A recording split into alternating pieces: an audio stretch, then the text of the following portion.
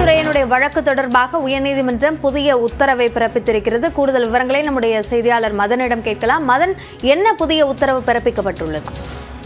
இந்த வழக்கின் பின்னணியை பார்க்கும்போது இந்த சென்னையில் பிரபல கட்டுமான நிறுவனம் ஓஷன் லைஃப் ஸ்பேஸ், இந்த நிறுவனத்தை எஸ்கே பீட்டர் மற்றும் ஸ்ரீராம் ஆகிய 2 பேர் சேர்ந்து துவங்கினார்கள்.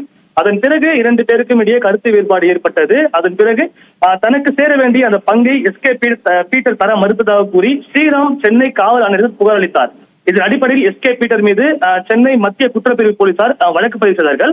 அதே போல இந்த விவகாரத்தில் பண பரிமாற்றம் நடைபெற்றதாக கூறி அமலாக்கத்துறையும் இவர் மீது எஸ்கே பீட்டர் மீது வழக்கு பதிவு செய்தது. அதே போல இவர் நேரில் ஆஜராக வேண்டும் என்றும் ஒரு உத்தரவு பிறப்பித்தது. இதை எதிர்த்துதான் எஸ்கே பீட்டர் சென்னை உயர்நீதிமன்றத்தில் வழக்கு தொடர்ந்தார். இந்த வழக்கை பார்க்கும்போது இருவருக்கும் இடையே உள்ள தொழில் பிரச்சனையில் தலையிட அமலாக்கத்துறைக்கு எந்த ஒரு அதிகாரம் இல்லை, அது தவறு என்ற ஒரு வாதம் இவர் தரப்பில் எடுத்து வைக்கப்பட்டது. இந்த வழக்கில் தான் தற்போது உயர்நீதிமன்றம் ஒரு முக்கிய உத்தரவை பிறப்பித்துள்ளது.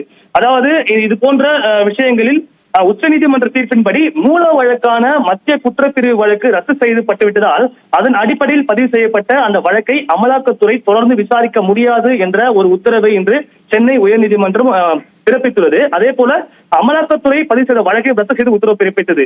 மேலும் இந்த எஸ்கே பீட்டரிடம் என்று கைப்பற்றப்பட்ட அந்த ஆவணங்களை 4 வாரங்களில் திருப்பி கொடுத்துவிட வேண்டும் என்றும் தற்போதைக்கு அமலாக்கத்துறைக்கு சென்னை உயர்நீதிமன்றம் உத்தரவு பிறப்பித்துள்ளது. சென்னை உயர்நீதிமன்றத்தினுடைய இந்த உத்தரவு குறித்த விரிவான விவரங்களுக்கு நன்றி மதன்.